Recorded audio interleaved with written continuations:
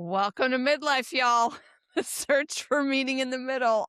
I, as always, am your host, Lisa Steadman. Today, we are joined by Angela Burk, award winning marketing strategist, fierce advocate for women reclaiming their stories in midlife. Hello, we need this.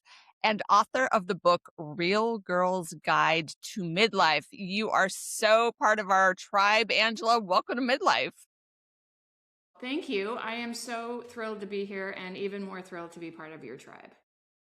So we were chatting before, we hit record about some of the midlife things that are not so fun, and we were talking about, hair loss and jowls and the things. And I think it was Nora Ephron. I think it was Nora, not Delia, who wrote a book, I Hate My Neck. And I never understood that when, at that time, because I had a very perky, wonderful neck at that point. But now I really get it.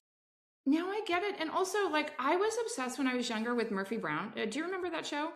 Yes. Okay. And Candace, who I love, always wore like the turtlenecks and stuff around her neck. And I was like, why is she doing that? Like, I don't get it. Like, now I fully understand. Now we get it. Now we Oh, know. makes And sense. I used to work in aesthetics. I have a lot of help propping this face up, and still there are days. And yes, I see these, right? I see you. I see you. It's okay. Okay. Yeah. So you and I have had similar careers, both working in corporate as well as blazing our own trails, including writing books while raising blended families. Mm. So let's kind of take a step back. What inspired you to write The Real Girl's Guide to Midlife? Well, it's a really good question. And actually, to answer it, I have to go back 20 years. So I was 35 and I was really struggling. So I had two kids at that time. I was in a marriage that, it was okay, but probably not like the greatest relationship that I think ever existed.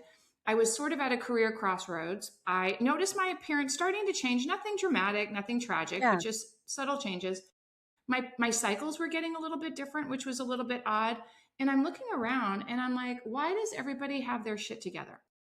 It must just be me. And I had just all these thoughts and questions. And I was like, damn, am I losing my mind? Am I alone? I must be crazy. And so I started to write down this idea for a book.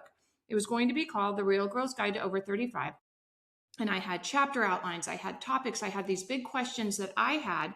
And I thought, I want to expose these questions. I want to hear from other women and I want to get experts. And so I put all of this in a red folder, like a literal, remember those old timey like file folders that, yeah. I could pull some from right over here. Oh, you and me, sister, can be twins on that.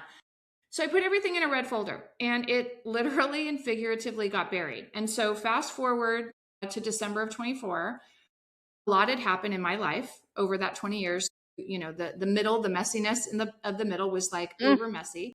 And yeah. I had the gift of retirement and I was cleaning out a really small pile on my desk and I found the folder. So I opened the folder and I was like, well, look at that.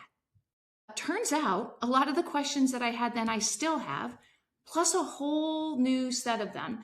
And while I'm hearing more conversation, which is great, I'm looking in my immediate circle and we're still not talking about just the messy shit, the sex life, Right. the desire, like just all the things. And so I gave myself 2 or 3 months and I was like, well, I could write the book. And then I had to debate with myself. Should I write the book? I'm not a doctor. I'm not a therapist. I'm not a life coach. I'm not a hormone specialist. Like, would anybody want to listen to the book? Is this a stupid idea? But the good news is that being in my mid 50s, while I still had those questions and like doubts, I could You don't short circuit care. them. Yeah, I could short circuit them. And then I was just like, who cares? And what I said Yeah. was, there were a few things in that though that were important. Number one, I have 3 boys of my own, plus a blended family. So there's 5 boys in particular, 2 girls. Like, Woo, that's a and lot I'm of male trying to teach energy. I can't even tell you. But it's really, the thing I try to model for my boys in particular is we finish what we start.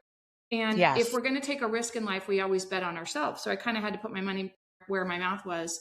And then I was like, look, if 3 people buy the book, me, my mom, and my 85-year-old aunt, like, cool. So that's why I wrote the book. I love it. And you've said some things that I think are very important for people in midlife specifically. Although I agree with you, we model it for our kids and our Mm-hmm. parents. Like I just saw my Yeah. 85-year-old father and my 15-year-old niece. And like I model this for the whole spectrum. Mm-hmm. Finishing what you start and Mm-hmm. betting on yourself. Like I think there is so much value in betting on yourself, even when you fail spectacularly, because you still Yeah. learn stuff and you still become like a more realized version of yourself. And I love that journey. Well, and it's so true. And here's the thing, like one of the things that I write about in the book. So the way the book is structured, it's my story, it's other women's stories, and it's experts. And I cover a whole host of topics. Some of them are deep and serious. Some of them are really lighthearted and fun. But one of them, kind of centers on this idea of grieving, right? Because what Yes. happens? We can grieve people, but also we can grieve identities. We can grieve job changes. We can grieve a quiet house. We can grieve relationships changing or ending. We can grieve ourselves and the identity and the physical appearance that we used to have. We could grieve the story or the fantasy or the life we thought we were going to be living that looks really different. And what happens, and what I saw in myself, and I saw it affirmed, because again, I wasn't the only one, I wasn't crazy, and it wasn't all in my head, was this idea that like things can change and they could be super scary and you could take a dramatically different path. And yeah, those things are scary. They can be different, but sometimes change and different are not failures. They're just change and Mm. different. And even when you fail, the perception of failure, which is so steeped in shame and embarrassment and guilt and all the things, but like, okay, cool, sit in that, accept it, feel it.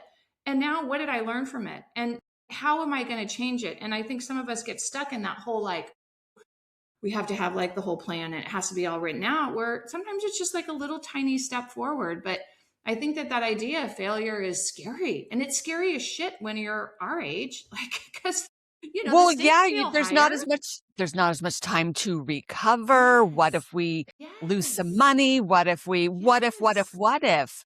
And we're gonna get to grief later, but I love that you presence it because grief is such an unexpected nobody prepares you for Yeah. grief in midlife. No one tells you No, your parents are gonna die, even though you know they are one day.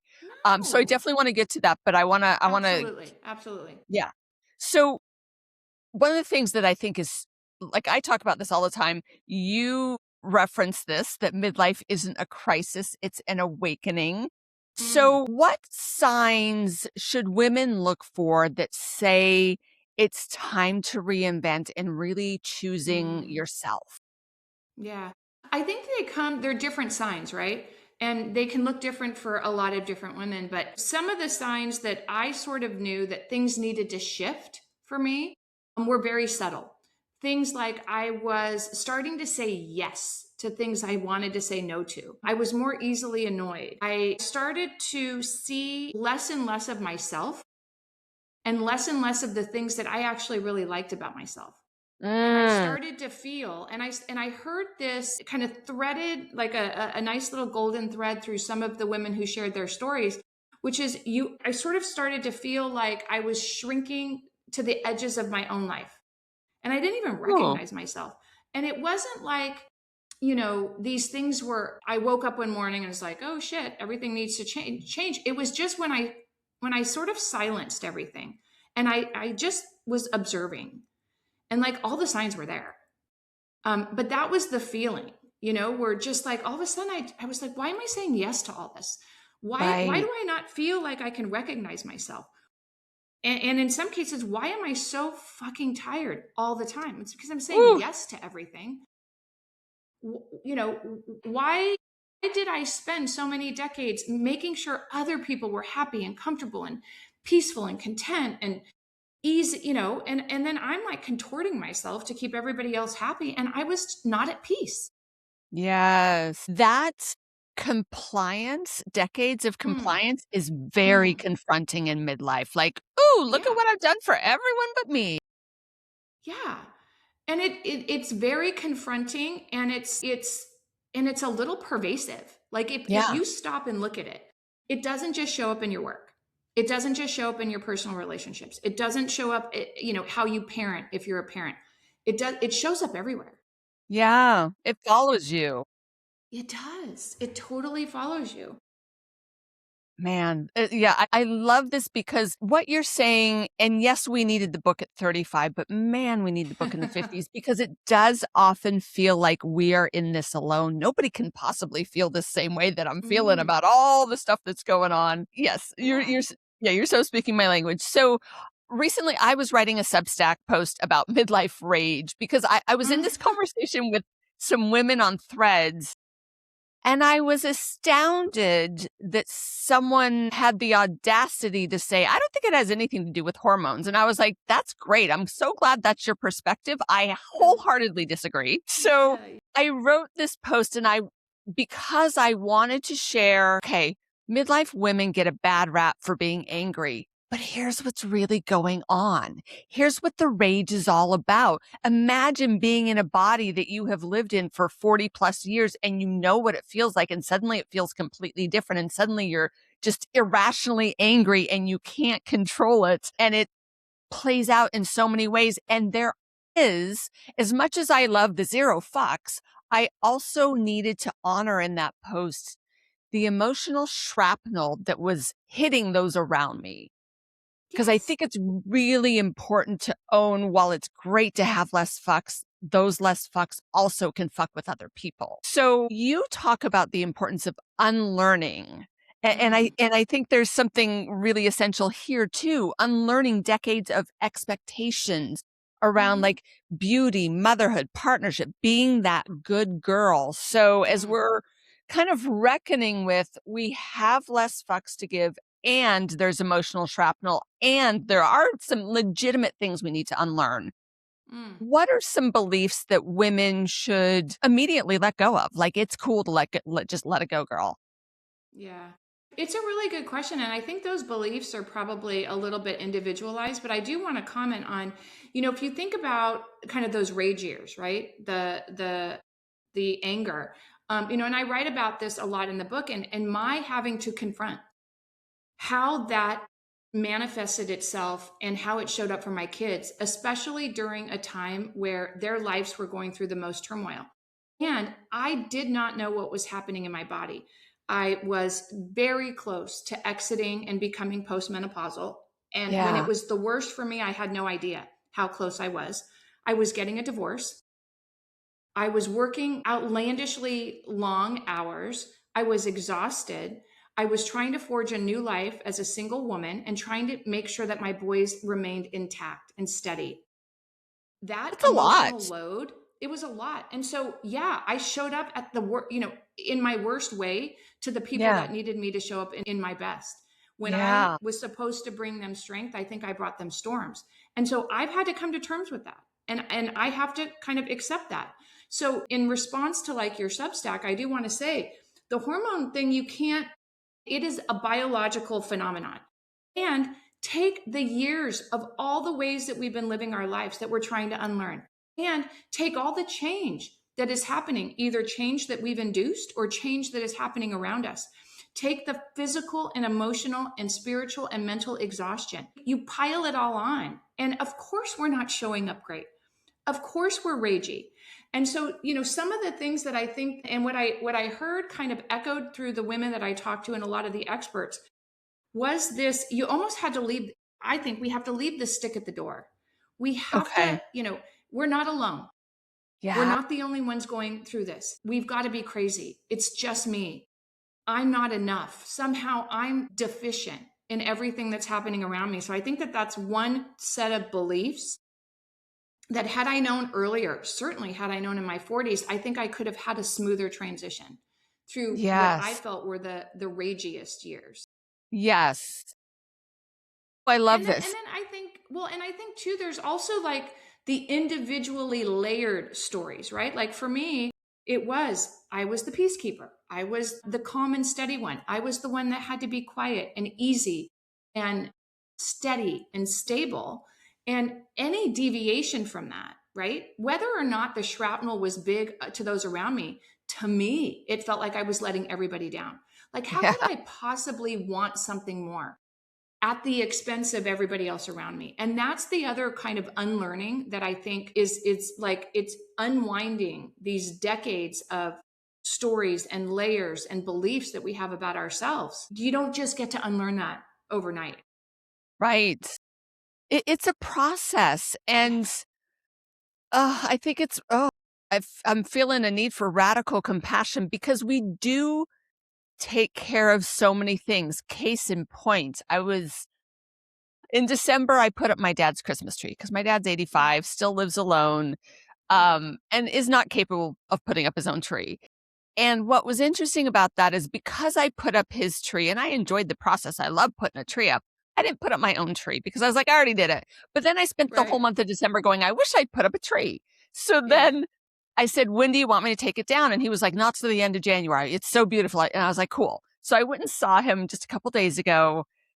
And that man made me work. I didn't just take down the tree. I rearranged the living room. I mean, it was like it was a whole thing.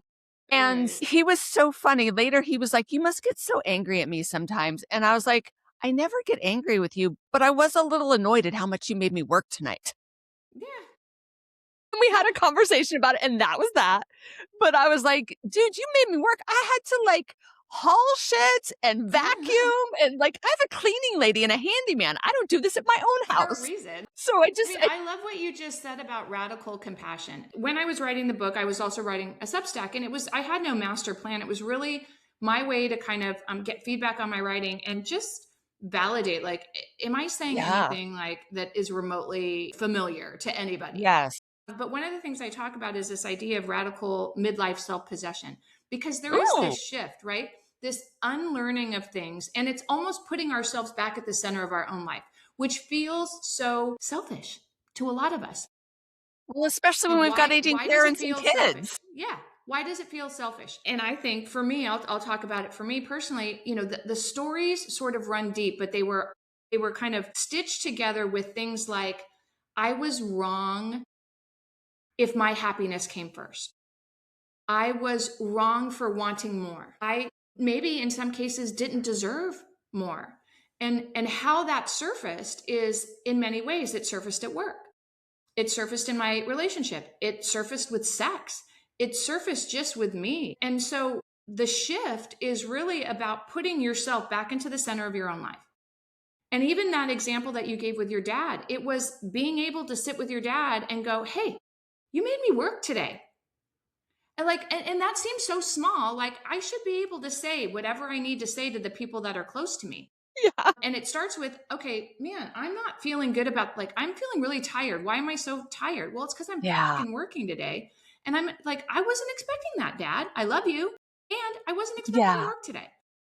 And But the thing that I have gratitude for that I had to got to remind myself of in that moment was, my dad had surgery last year. I think it was last right. year or the year before. Who knows anymore. But he had surgery and like I literally was traveling back and forth from Los Angeles to Temecula where he lives like every other I mean it was insane for about 3 months. I was nonstop. And so Mm-hmm. I am grateful Mm. while he made me work to take down his tree, I haven't had to, like, care for him or, Mm-hmm. clean up after him for months. So Mm-hmm. while it was work and it was after a particularly taxing couple days or a couple weeks, I was like, God, I haven't had to do this in a while. So I also had radical gratitude of like, he's Yeah. thriving because he's able to be alone and care for himself and thank God for all the support he has. So it's these it's the both. It's not the either Yeah. or, right? It's like Yes, I it's can the tell you both. you're working my ass off, but I can also say I'm so glad don't have to do this every day like we were doing a couple years ago. Yeah. Yeah, absolutely. And that's very liberating, right? For many of us, we sort of live in this extreme. It's one or the other. It's this or Yes. that. It's me or everybody else. If I Yes. reflect back to my divorce as a good example, and I write about this in the book, I talk about how for a long time, I held on so tight, like I white knuckled this idea of having an intact family, almost at the expense of my boys being introduced to a happy Experience. Angela Yeah. and a happy dad, right? Like a happy mom and a happy dad. And so, these extremes are difficult. And as we get older, the extremes, the distance between some of these extremes is so great. And it's like, well, wait a minute, maybe it's not an or, it's an and. Exactly. I so appreciate this. One of the things you also talk about is reclaiming midlife power, and I'd love Mm. to hear what you mean by this. What is midlife power to you, and what's a step women can take today to start reclaiming it? Yeah. I mean, I think that, I'm going to get kind of very practical here Okay, because it good. doesn't And when I think about midlife power, it doesn't mean you have to blow up your whole life, right? It's not like this Right. whole big thing. But it's spotting the moments when you start to feel like you're disappearing and you're shrinking. For Mm. me, one of the big things is this idea of saying no, okay? When I was younger, the idea of saying no to something was super uncomfortable. And if I did say no, it would be followed by the equivalent of a dissertation about why I'm saying no. Like I somehow owed the person on the receiving end like some justification about why I was saying no. That was one way. Another way that it showed up for me, and this was echoed through a lot of the interviews for the book, was this idea that I had to like ask for permission to do shit, or I had to like apologize for shit. I was like, wait a Yeah. minute, what the fuck is that about? Like, I don't have to do any of that. And Yeah. so these things are not big, right? But it's, reclaiming something. For me, the big one was, I'm going to just say no, or I'm not available. That's 3 words. If I'm Ooh, sitting in a meeting, right, and I'm wherever, and I'm hearing these things that I have an opinion about, it's like I don't agree. That's 3 words, I love right? these 3 words. I'm not available. I don't agree. Those are power words. Well, here's another one. When I go back to my 30s and my 40s, the idea of resting, okay, seemed Yes, we like were gonna I talk would about be that next. committing a Yes. cardinal sin. If I, heaven forbid, told somebody, like, I'm tired, I need a rest, I need help, I need a break, because I equated it to these stories that were deep, to I was lazy, I was weak, Yes. like I couldn't handle things Yes. on my own. But now, when I'm tired and I need a break, guess what I say? I need a break. That's 4 words. So, That's it. I'm so glad you bring this up because it was my next question for you. I am 1000% owning and guilty around this because I we call it the Steadman work ethic. Like, we're so proud of how hard we can work. And yet, like, it's toxic and it has Mm, cost so many things. yeah. It's cost a lot in terms of, like, I need to go to the chiropractor and the massage therapist because 'cause I'm overworking on the Mhm. computer, but it's also what has that taken away from the joy in my life because Mm, I'm my own taskmaster and slave driver saying, "No, mhm. you gotta sit at that computer for this much time," or whatever it is. Mhm. Acknowledge at this age, and it was so funny, again, I had this conversation with my dad this week where he was like, "I actually don't think you wanna do less, Lisa, it's not your personality," and I looked at him and I said, "You know what, Dad? I am 54 years old and I am tired. And with the hormone stuff going on in my body, I do need to do less. So I may not Yeah. like it. I may not be used to it, but I'm going to work on Yeah. it." And he Yeah. was like, "Okay, let me know how that goes." But so I love the words. You've given us words. And sometimes Mm, that's all we need is like, well, what words would I use? I choose rest. I say no. I am not available for that. Are there yeah. any other ways or practices or tools that midlife women can incorporate to allow ourselves to not just take rest, but embrace it, honor the Yeah. body, slow it Yeah. down because we have so much wisdom and intuition, but if we're running 1,000 miles an hour, we're not tapped in or tuned into it. Yeah.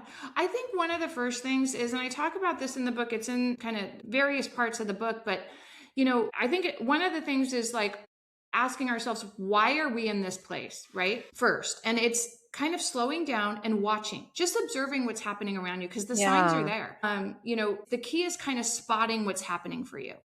Okay. And, for me, I'll take the saying no thing, right? I found myself, and I'm not perfect, so I still do this. If I find myself saying yes to something I really want to say no to, or somehow softening my opinion, or feeling like I said earlier, like I'm starting to slide to the edges of my own life in some way, Yes. I love the it's way you just put that. I have to stop, and then I have to say out loud to myself, what is it that I need right now? So whether it's work and work is piling on and you're taking all these commitments and you're like, wait a second, why am I feeling so tired? Why am I saying yes to so many things when maybe there's a couple on that list I really wanted to say no to? What is it that I need right now? And you don't have to say it to anybody else, but if you say it to yourself out loud, man, I need a break right now. Or Yeah. hey, I need a vacation. Or hey, I need 24 hours to sit in front of the TV and binge watch whatever it is I want to watch with in silence with nobody around me. Say it out loud With to reckless yourself. abandon and surrender and Yeah, celebration. not in your head, Not in your head, say it out loud. Or something Yes. comes up, right? And you're like, fuck, I don't want to do this thing. What if I said I'm not available to this thing? And just sit with it, but with you. I don't Yes. agree. I disagree. So naming what you need in the moment and what that does, and even again, whether or not you act on it, don't get too far ahead of Right. yourself, but naming what you Right. need in the moment out loud, not to your head, not in your head. It interrupts the old patterns, right?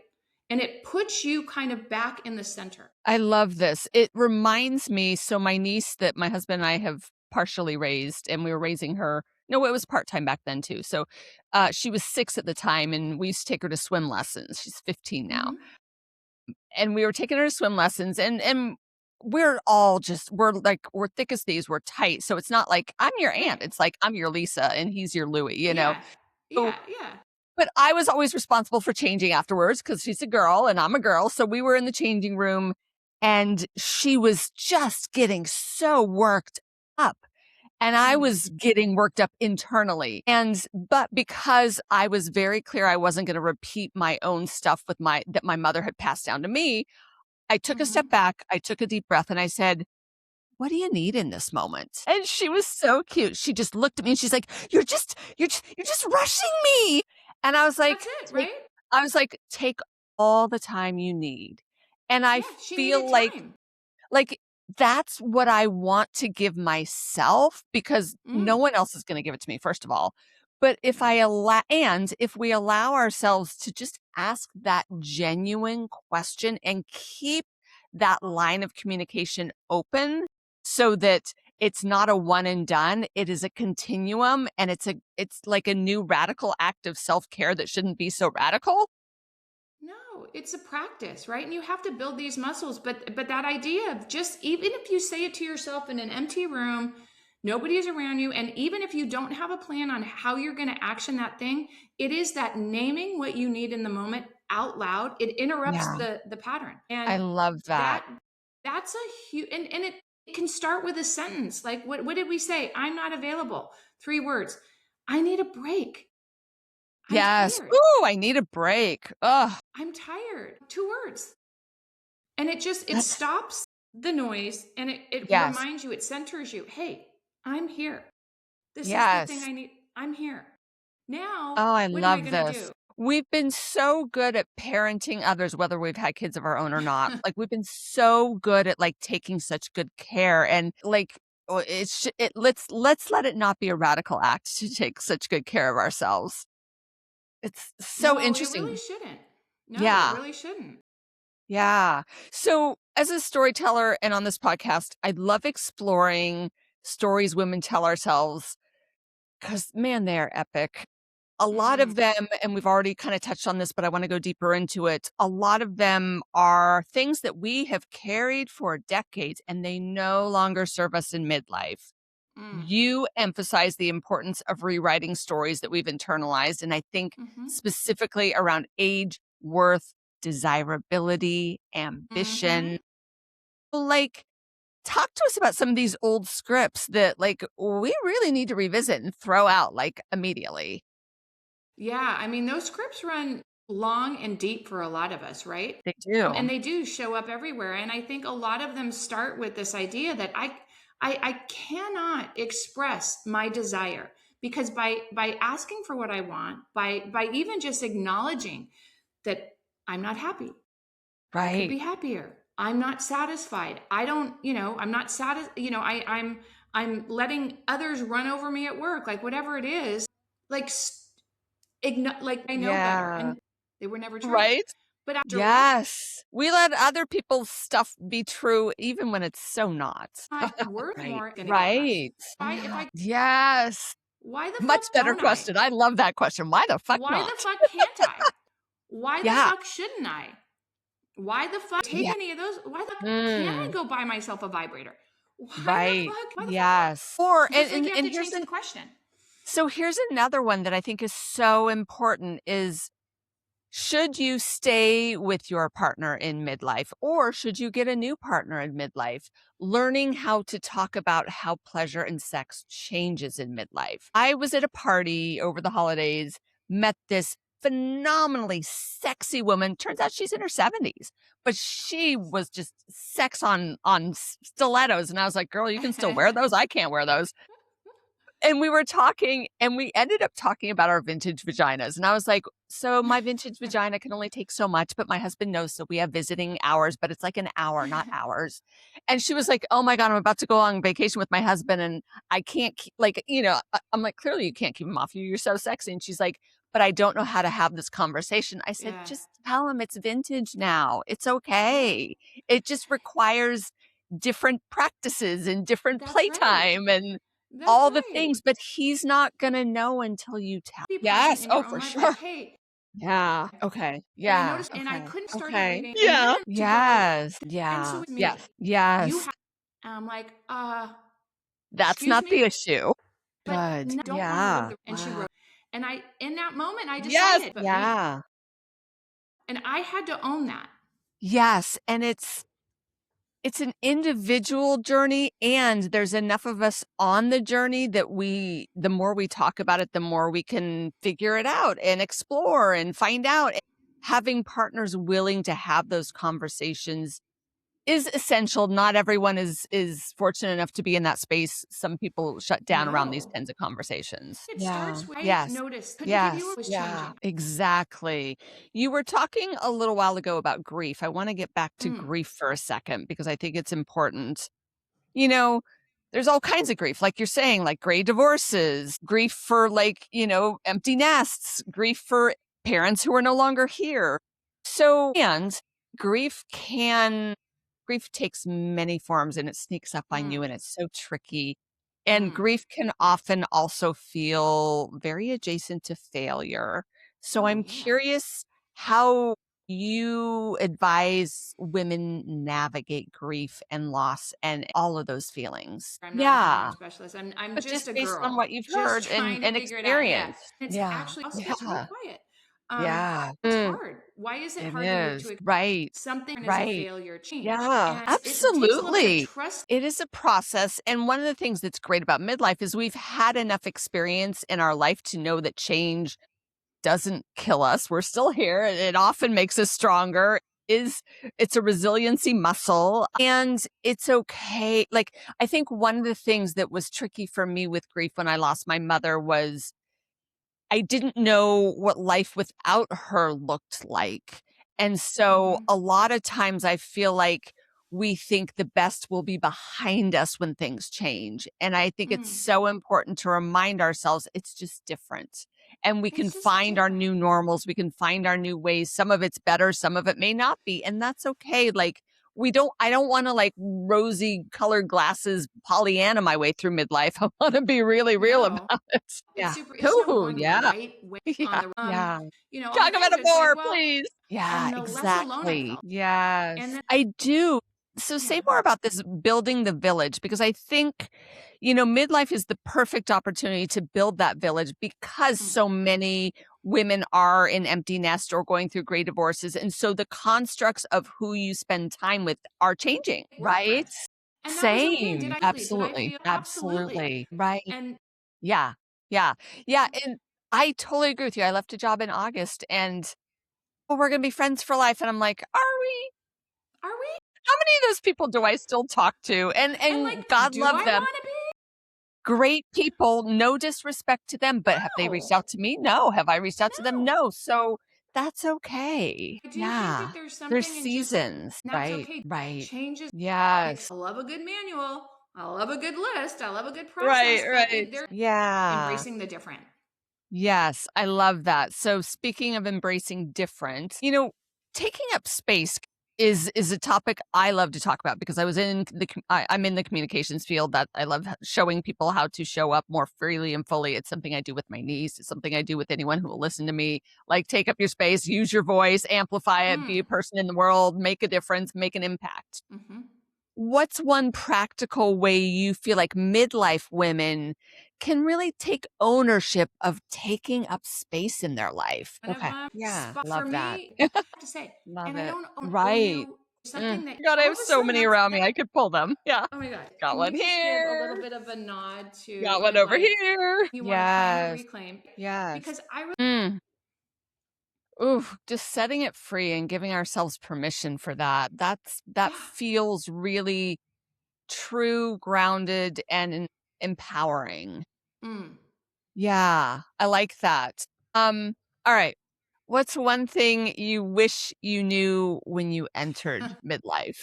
Number Yeah, give one, me as many as you want. okay. Remember, Yes. Yeah. like, Yeah. Yeah. Ooh, you know, what the fuck is right? what the want, and Yeah. I, Thank you for that. That mm, hits very deep. I mm, love that. I mean, Angela, we could talk forever. I know. Thank you for being here. Thank you for sharing these truths, these awakenings, these reckonings, these Mm, confrontations, all of it. It's so needed and necessary for our path forward. So, thank you for joining us in midlife today. I'm so grateful. a Oh my pleasure God. to be here. Yeah. So to be continued, everyone, for everyone who listens, this is just a continuing conversation. We were blessed with Angela today. We'll be back again. Mm, But please check out her book. Please let us know what speaks to you. And let's just continue our midlife evolution together. We're not going anywhere, so let's do it together. Yeah. All right. Thanks, everybody.